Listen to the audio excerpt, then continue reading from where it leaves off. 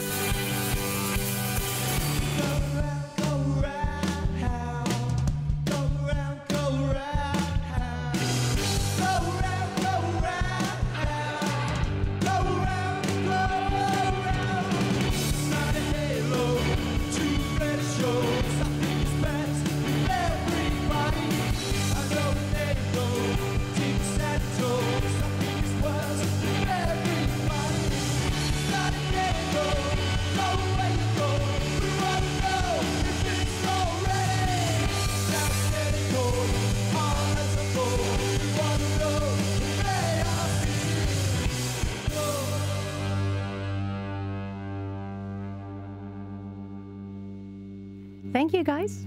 Great to have you here. Could you quickly introduce yourselves for us, maybe, and tell us what you do in the band? Yeah, my name's Jim. I'm the lead singer and I play guitar as well. My name's Adam and I play the bass. I'm Alex and I play the drums. I'm Jack and I play guitar. Thank you. Jim. Yeah. I see you have a plastered arm. I do, yeah. What happened? I broke my arm skateboarding. Oh, no. But you can still play, right? We're not torturing you here. No, it's good. I just have to sit down. Okay. Acoustic style. Very good. So, Adam, Jim and Jack, you've known each other almost forever, right? From kindergarten, from school, or how did you come together? Yeah, we all lived in the kind of same area of our town, and we all went to school like from when we were 4 or 5 years old. So we've known each other a long time now, yeah. And how long have you been playing music together? Why and when did you decide to form a band? We've been playing music together since we moved to Berlin, really, so nearly 3 years. But we didn't come here with the intention of starting a band. It was only when we were living together that we started kind of playing, and we thought, well, we'll see what we can do. The first time, or one of the times you were in Berlin, was for a DJ gig, right? And then you... Yeah, Adam and I came here a couple of months before we actually moved here, and we were just sat chatting, and we thought, well, we could come and live here. And about 3 weeks later, we were like at Gatwick Airport with our suitcases and guitars and on the plane. So it all happened very quickly. And what was the motivating factor that you thought, okay, let's leave London and just move to Berlin? Just a change of scenery, really, you know, and like a new challenge. We'd been living in London for 4 years, and our contracts on our flats came up, you know, so it felt like a sort of perfect moment to do that. Would you describe yourselves as kind of unsettled people who need always something new and something exciting, or...? I think that actually, yeah.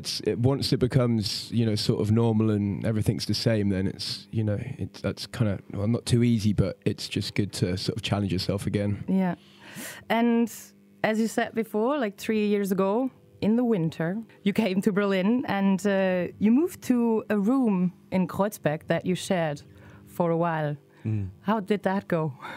It went pretty well, actually. It was fucking great. Yeah, it was like we just had this one big room that we'd found through a friend of ours, and yeah, it was just funny. It was just we kind of getting up late, going out a lot, and eating kebabs in bed together and watching telly. It was cool. But there was another room there, and then the guy that was living there quickly kind of got annoyed with us and left, and then another girl came in, and then she didn't quite agree with how we were conducting ourselves either, so also left. So actually it worked out. We had 2 rooms in the end, so a bit of luxury for the last month.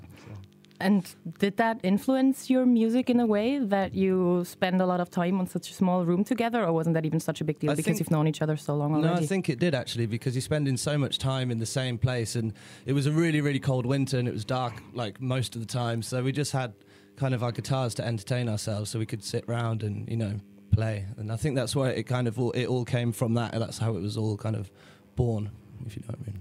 Any weird habits of each other that you discovered that you didn't know about before? Well, we know each other pretty well, so no surprises. The only thing that's probably a bit weird from the outside is that we used to say goodnight to each other. Yeah, everyone's on different beds in different places. You just hear like, night, mate. Night. 25. And how did you eventually then meet Alex, your drummer? We were playing with another drummer, and we parted ways. And then we actually didn't know anyone else that played drums, so we put an advert out on a couple of websites, like a drum website and maybe Facebook and, you know, social media. And Alex just got in contact with us along with a few other guys, came along and played at rehearsal with us, and he was kind of clearly the best candidate, you know, and we got on with him really well. So it was really natural. And then it was only we kind of played with Alex for a few months before we kind of both committed to each other, and then there was a point where we kind of had to ask him, you know, quite shyly whether he wanted to be in the band with us. Alex, was it difficult for you in the beginning to be the new guy amongst old friends, or were you immediately part of the family? I'm still the new guy. They make every effort to make me feel a part of the family, but I'm absolutely still the new guy, and that's great. As Jack said earlier, it's important to challenge yourself. So for me, coming here was also a challenge, and meeting these guys, it's been an adventure to carry on playing some new music with them. So it's really exciting, yeah.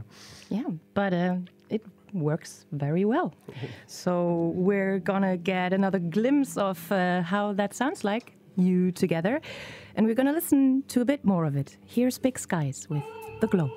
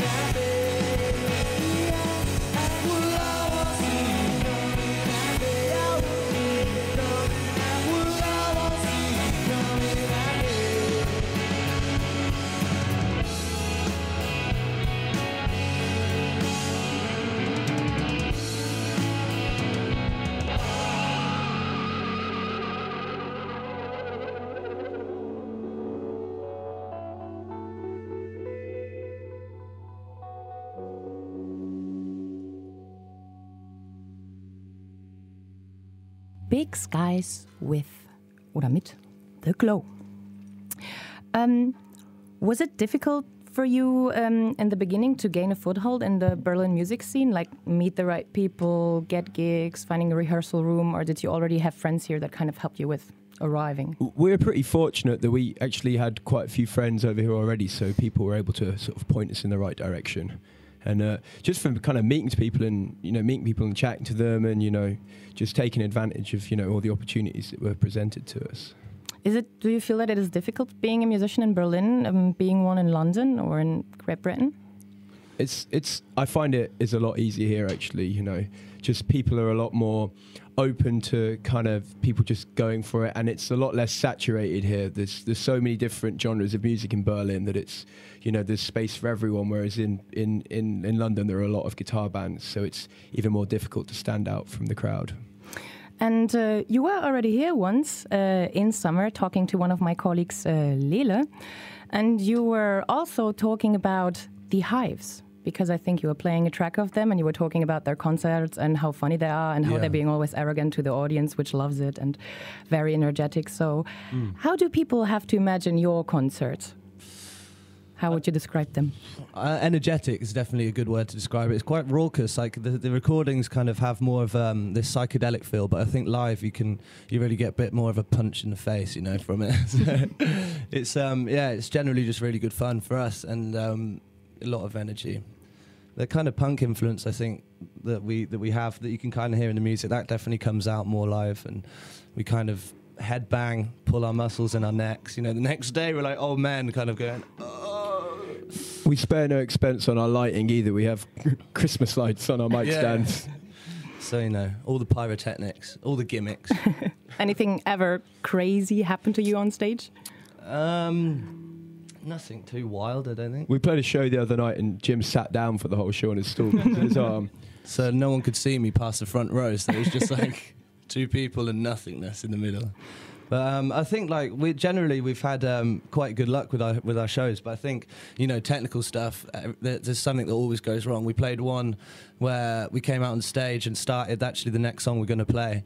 And as soon as we went to hit the first note, Adam's bass fell off, like the strap came off. Happens quite a lot.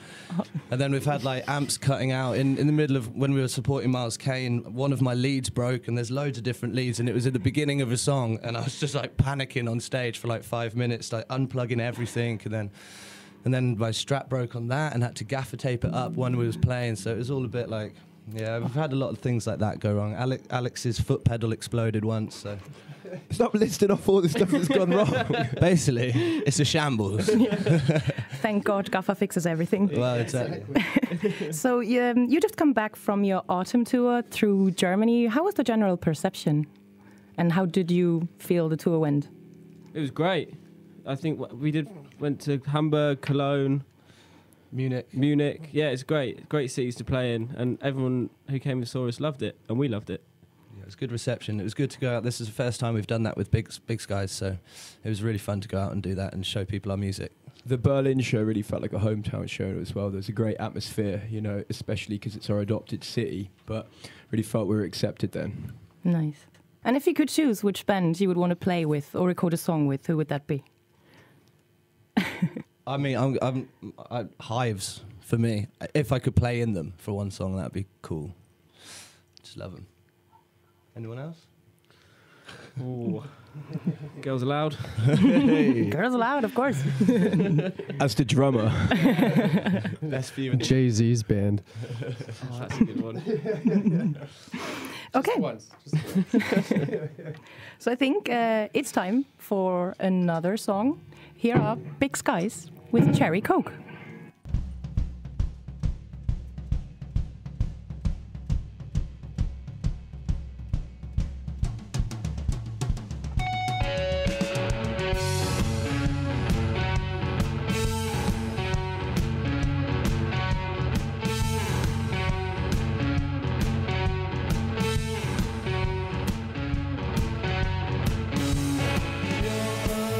You're so close on the grave.